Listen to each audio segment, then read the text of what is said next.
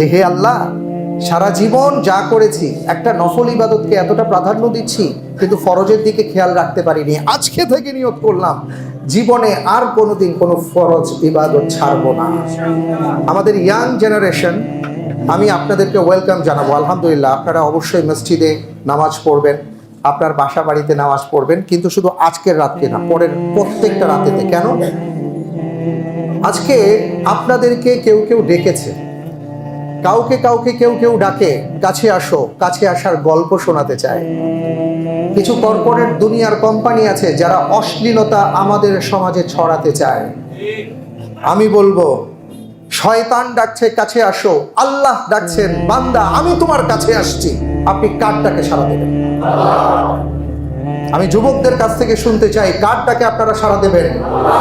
আল্লাহর ডাকে। যদি তাই হয়, আজকে থেকে শয়তানকে প্রত্যাখ্যান করে আল্লাহর ডাকে সাড়া দেবার জন্য এখন থেকে নিয়ত করুন, প্রতিদিন রাতে আপনি আল্লাহর সাথে কথা বলবেন 2 রাকাত নামাজের মাধ্যমে, 4 রাকাত নামাজের মাধ্যমে। প্রতিদিন আল্লাহ তাআলা আপনাকে ডাকছেন। আল্লাহ সুবহানাহু ওয়া তাআলা বলছেন তুমি কাছে আসো। মুয়াজ্জিন সাহেবের মাধ্যমে ডাকা হচ্ছে হাইয়া আলাস সালাহ, হাইয়া আলাল ফালাহ, কল্যাণের পথে আসো, সালাতের দিকে আসো। শয়তান হলো আশ-শাইতানু ইয়াইদুকুমুল ফাকরা ওয়া ইয়া'মুরুকুম বিল ফাহশা। আল্লাহ তাআলা বলছেন শয়তান তোমাদেরকে ডাকে দারিদ্র্যের দিকে আর অশ্লীলতার আদেশ দেয়, আর আল্লাহ তাআলা তোমাদেরকে ডেকেছেন কল্যাণের দিকে। কার ডাকে আমরা সাড়া দিব? আল্লাহর ডাকে সাড়া দিব। সুতরাং আজকে থেকেই আল্লাহর প্রতি আমাদের ভালোবাসার নিদর্শন স্বরূপ আমাদের জীবনকে আমরা পরিবর্তন করব। শয়তানের আহ্বানকে প্রত্যাখ্যান করে আল্লাহ রাব্বুল আলামিনকে বলবো, মহান রব আপনি আমাকে ডেকেছেন, আমি শুনতে পাইনি, আমি বুঝতে পারিনি, আজকে থেকে বুঝতে পারলাম। ইনশাআল্লাহ তাআলা এখন থেকে আমি নিজে বান্দা আপনার কাছে ছুটে আসব। রাসূল সাল্লাল্লাহু আলাইহি ওয়াসাল্লাম বলেছেন, হাদিসে কুদসির মধ্যে এসেছে, আল্লাহ তাআলা বলেন আমার কোনো বান্দা যখন আমার জন্য 1 বিঘত অগ্রসর হয়, আমি তার জন্য 1 হাত অগ্রসর হই।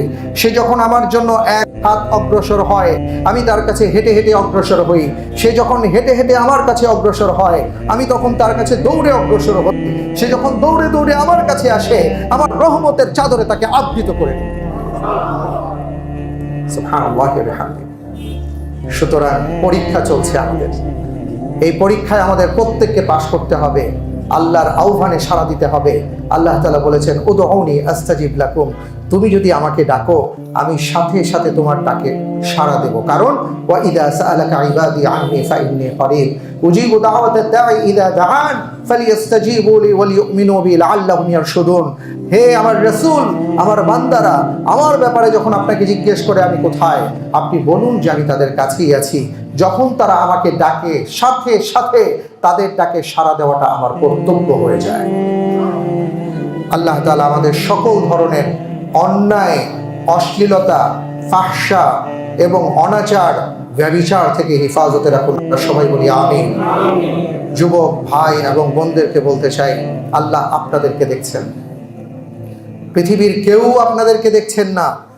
আপনি ভাবতে পারেন যে উঠার সময় কোনো সিসি ক্যামেরা দেখি নাই, আপনি ভাবতে পারেন আশেপাশে কারো নজরে পড়ে নাই, আপনি ভাবতে পারেন দরজা জানালা বন্ধ আছে। আপনি ইউসুফ আলাইহিস সালাতু ওয়াস সালামের কথা স্মরণ করবেন।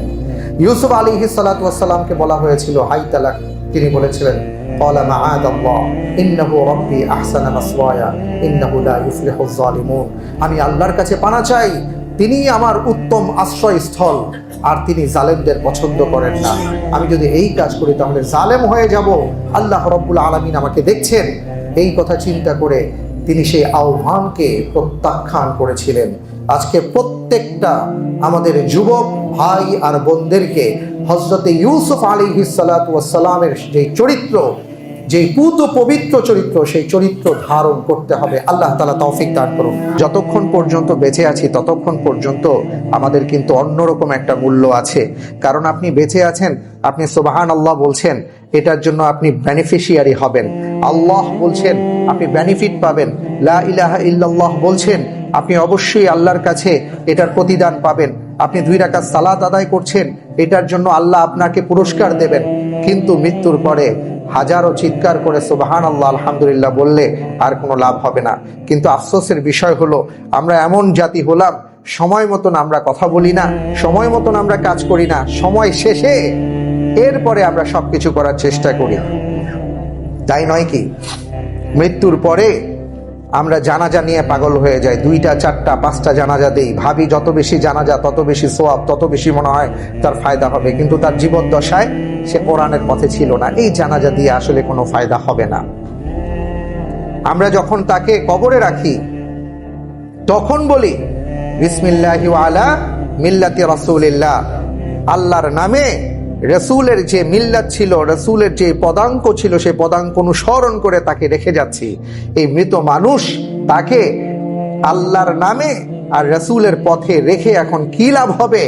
তিনি যখন জীবিত ছিলেন তখন কথা ছিল যে তিনি আল্লাহর পথে চলবেন, রসুলের এই নির্দেশিত পন্থায় চলবেন, আল্লাহর দেয়া বিধান তিনি কায়েম করবেন রসুলের নির্দেশিত পন্থায়।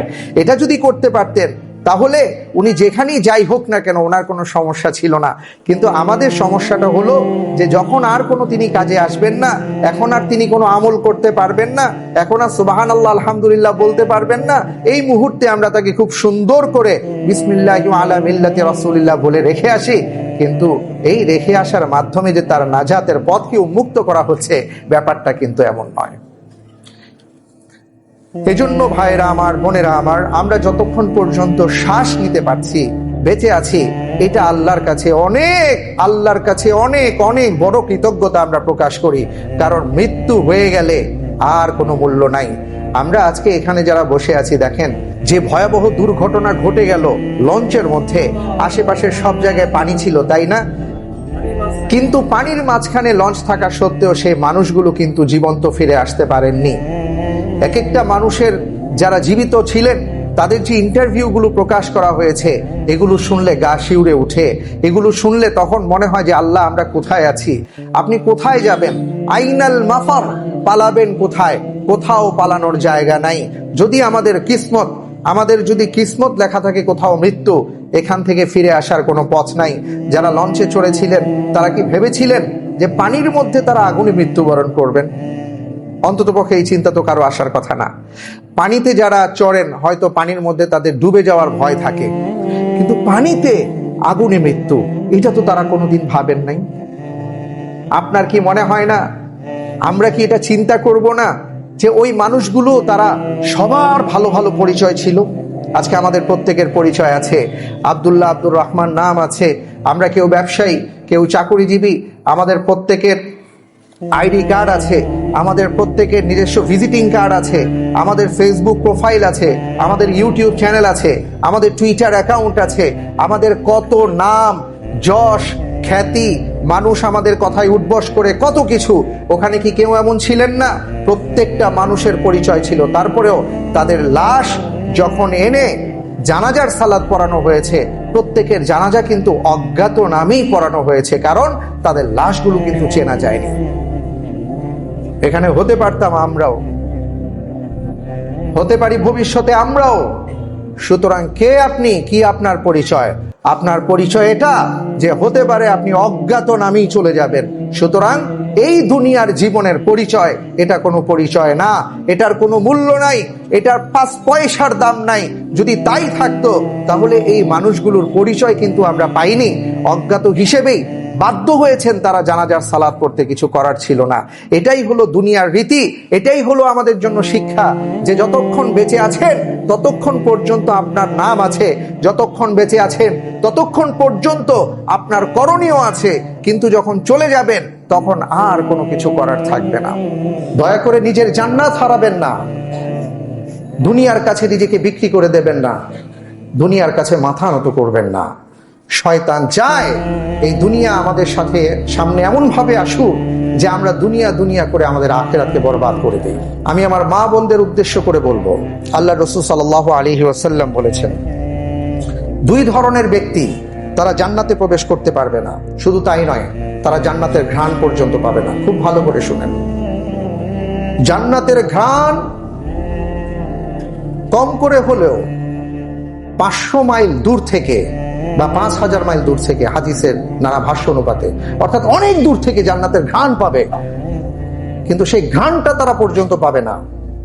তারা আল্লাহ রাসূল সাল্লাল্লাহু আলাইহি ওয়াসাল্লাম বলেছেন, সিনফানি মিন আহলিন নার। সহিহ বুখারী এবং মুসলিমের হাদিস আমি আপনাদেরকে বলছি। রাসূল সাল্লাল্লাহু আলাইহি ওয়াসাল্লাম বলেছেন, সিনফানি মিন আহলিন নার লাম আরাহুমা। দুই শ্রেণীর ব্যক্তি আছে আমার উম্মতের মধ্যে যাদেরকে এ পর্যন্ত আমি দেখি নাই। অর্থাৎ আল্লাহ রাসূল সাল্লাল্লাহু আলাইহি ওয়াসাল্লামের যুগে এই দুই ধরনের ব্যক্তি তখনও পর্যন্ত ছিল না, কিন্তু রাসূল সাল্লাল্লাহু আলাইহি ওয়াসাল্লাম অগ্রিম আমাদেরকে সতর্ক করে গেছেন। কওমুম মাআহুম সিয়াতুন কাআযনাবিল বাকর ইয়াদরিবুনা বিহান নাস। এক ধরনের মানুষ হবে, এমন একটা জাতি হবে, একটা শক্তি হবে, যারা মানুষদেরকে মানুষের উপর নির্বিচারে অত্যাচার করবে, এবং তাদের হাতে লাঠি থাকবে, অথবা ছাগলের যেমন লেজ থাকে এমন লেজের মতন থাকবে। এটা দিয়ে তারা মানুষদেরকে নির্বিচারে প্রহার করবে, অত্যাচার করবে, শাসন করবে। রাসূল সাল্লাল্লাহু আলাইহি ওয়াসাল্লাম বলছেন, এদেরকে আমি এখনো দেখি নাই। এরা হলো এক শ্রেণীর লোক যারা জাহান্নামে যাবে। শুধু তাই না, জাহান্নামে যাবে তো শুধু তাই না, জান্নাতের ঘ্রাণ পর্যন্ত তারা পাবে না। দ্বিতীয় শ্রেণীর লোকের কথা রাসূল সাল্লাল্লাহু আলাইহি ওয়াসাল্লাম বলেছেন, ওয়ানিসাউন কাসিয়াতুন আরিয়াতুন মুমিলাতুন মাইলাত। ওই সকল নারীরা আমার উম্মতের মধ্যে যারা মুসলমান, যাদের নাম হবে ফাতিমা, আয়েশা, এইভাবে তাদের নাম হবে, কিন্তু তাদের অবস্থা কি হবে? তাদের পোশাক হবে এমন যে পরেছেন পোশাক, কিন্তু সেই পোশাক পরার পরেও আসলে তাদের মনে হবে না যে তাদের গায়ে কোনো পোশাক আছে। আমি পুরো হাদিসের শব্দিক তর্জমা না করে ভাব অর্থটা আমি আপনাদের সামনে তুলে ধরলাম। রাসূল সাল্লাল্লাহু আলাইহি ওয়াসাল্লাম বললেন, লা ইয়াদখুলুনাল জান্নাহ অথবা লা ইয়াদখুলনাল জান্নাহ। এরা জান্নাতে যেতে পারবে না। এরা নামাজ পড়বে, এরা রোজা রাখবে, কিন্তু তাদের পোশাকের কারণে, তাদের বেপরদার কারণে তারা জান্নাতে যেতে পারবে না। ওয়ালা ইয়াজিদনা রিহাহা। জান্নাতের তারা ঘ্রাণ পর্যন্ত পাবে না। যদিও রাসূল সাল্লাল্লাহু আলাইহি ওয়াসাল্লাম বলেছেন, ইউজাদু মিন মাইসারাতিন কাযা ওয়া কাযা। যদিও এই জান্নাতের ঘ্রাণ অনেক দূর থেকে পাওয়া যায়। আল্লাহু আকবার। আমরা অনেকে বুঝি না। আমরা অনেক ক্ষেত্রে যেটা করি, আমাদের মাদের কথা বলবো, আমাদের আপাদের কথা, বোনদের কথা বলবো, যে আপনি পর্দার সাথেই চলার চেষ্টা করছেন, কিন্তু আপনার মেয়ের বয়স 14, 15, 18, 20। আপনি পর্দা করেন, কিন্তু আপনার মেয়ে তো পর্দা করছে না। আপনি ভাবছেন ওর পর্দার এখন দরকার নেই, ছোট মানুষ। আমাদের উল্টো হয়ে গেছে। মায়ের বয়স 65, 70, উনি পর্দা করেন। নাতনির বয়স 20, 25, 18-র মধ্যে, ওনার কোনো পর্দা নেই। মেয়ের বয়স 30-এর মধ্যে, ওনার কোনো পর্দা নেই। ভাবছেন ওনার পর্দা লাগবে না। এটা উল্টো হয়ে যাচ্ছে না? আপনি কি এটার জন্য দায়ী কিনা? আল্লাহ রাব্বুল আলামিনের কাছে আপনি কি জবাব দেবেন যদি আল্লাহ তাআলা আপনাকে জিজ্ঞেস করেন?